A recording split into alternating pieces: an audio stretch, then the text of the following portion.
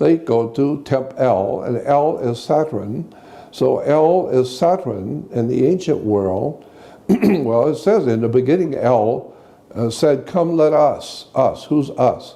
And so therefore, what I'm saying is that Saturn is the inhibitor who holds you back. So the ancient Jews or the ancient people said, if he's going to hold us back, then we're going to, and incidentally, the planet Saturn in the ancient Phoenician language, in the ancient Phoenician language, the planet Saturn was referred to as Shabbath. S-H-A-B-B-A-T-H. Shabbath was Saturn. And so if you're going to worship Saturn, and he's Shabbath, then you do it on a day you call Sabbath. Sabbath is Shabbath. Shabbath is the planet Saturn. So the Jews worship Shabbath on the Sabbath. And that's why they go to the synagogue and have their holy day on Saturn's day or Saturday, right? And they always have their holy days after sundown, after 6 o'clock. They have their holy days, and always the holy days after 6. Why? Because that's when their day starts. Their day starts after 6 o'clock. So unlike Christians, we at 5 o'clock in the morning, we greet the sun. No, they're worshipers of the moon. And so from Egypt looking eastward, from Egypt looking east, there's a whole series of high mountains in the Sinai. And every night the moon comes up in the east from the mountains. So they call him, the Arabs call him the old man of the mountain who lives in the mountain. Why do we say that? Well, obviously every night it comes up from the mountain. But it comes up after the sun's gone down. It comes up at 6 o'clock. So if we're going to worship the old man of the mountain or the moon, we do it at 6 o'clock in the evening. Because now he's going to be in charge of the universe all night long. And so that's when our day begins, because we're worshipers of the moon. So it's a moon. Even the Jews will tell you they have a lunar calendar.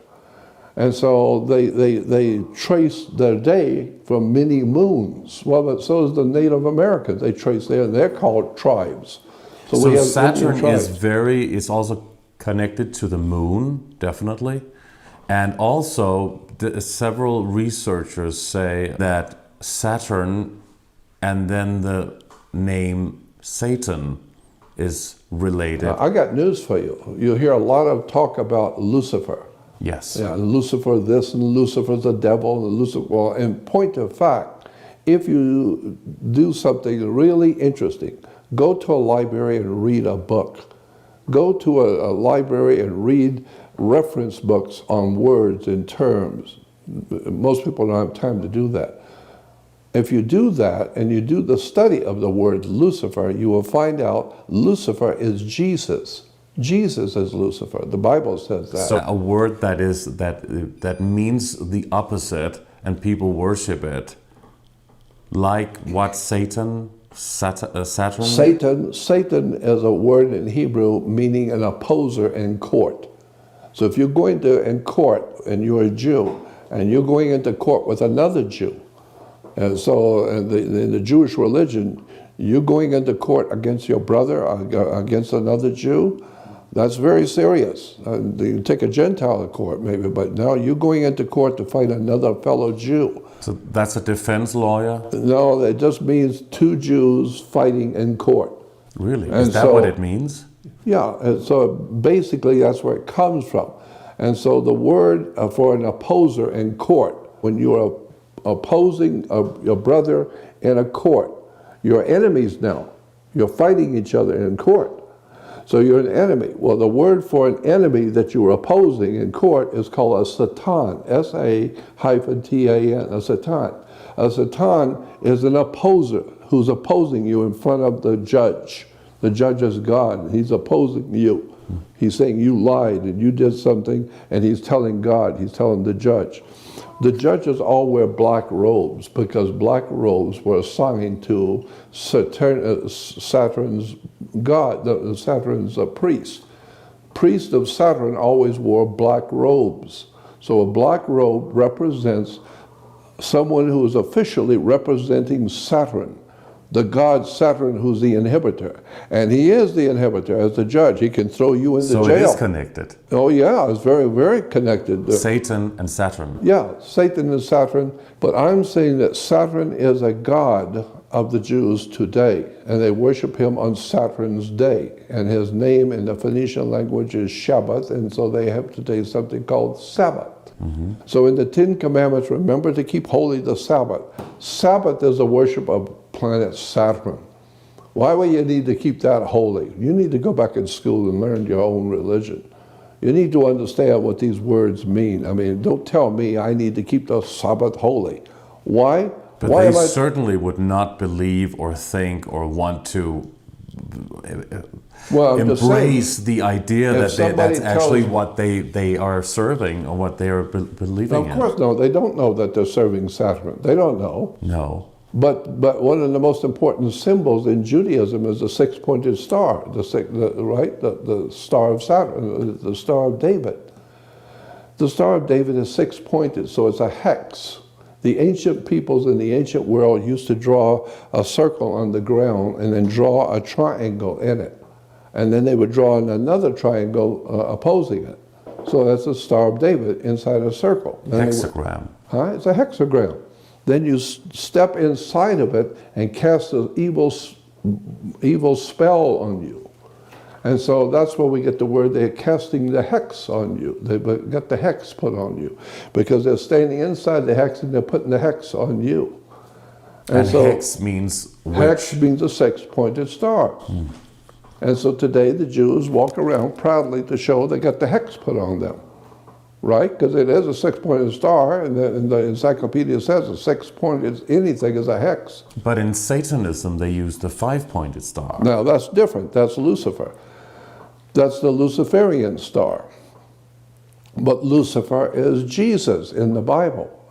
Jesus even says it in himself. He says in Revelation 16, the 22:16, the very last book of the Bible is Revelation. And the very last chapter in Revelation is the 22nd chapter. So go to the very last chapter, the very last book, and look up Revelation 22:16. And Jesus said, I, Jesus, I am the offspring of David, and I am Lucifer. That's what it says. And so I'm saying, I didn't write the Bible. I'm not writing it. I'm just telling you what it says. If you just go do some homework and go read it yourself and explain it to me then. But that's what he said. I am Lucifer. And so what? So the Christians are also worshiping the opposite than what they believe and That's what they exactly think right. they're doing. They're worshiping Lucifer. The same that you said that the Jews are doing. Yeah, exactly. And the Muslims too. The So whole they're- world is, the whole world is worshiping what, something satanic. yeah, that's what I think. And I think that when I say satanic, I think the whole world and all the worship is going on throughout the world is being led. We are all humans, and we're being led into this by higher powers in the universe. Higher. Why would they want us to worship something that is sinister and dark instead of something good and light, which people think they're worshiping? Yeah. Well, when you meet them, whoever they are, ask them that. That's a good question. I don't run into them often. I know. I actually had an incredible experience at Area 51. And How which could you go near it? It's totally prohibited. No, to no, go. I call it Area 51. It's a little town outside of the base called Rachel.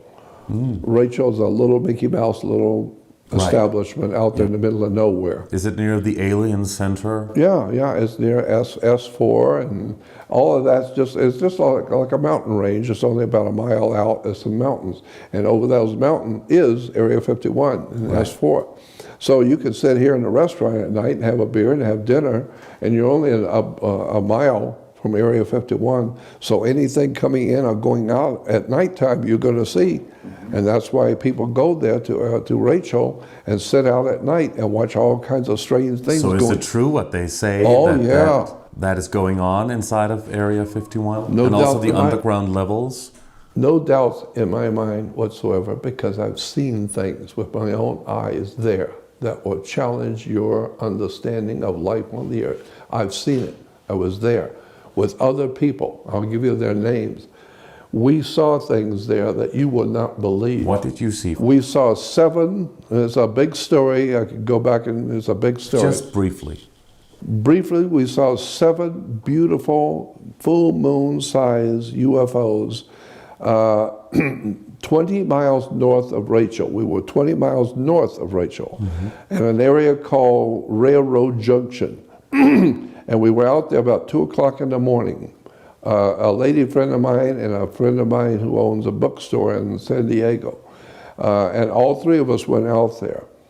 And we saw, when we got out of the car, it was totally black, but it was all overcast. You couldn't see anything.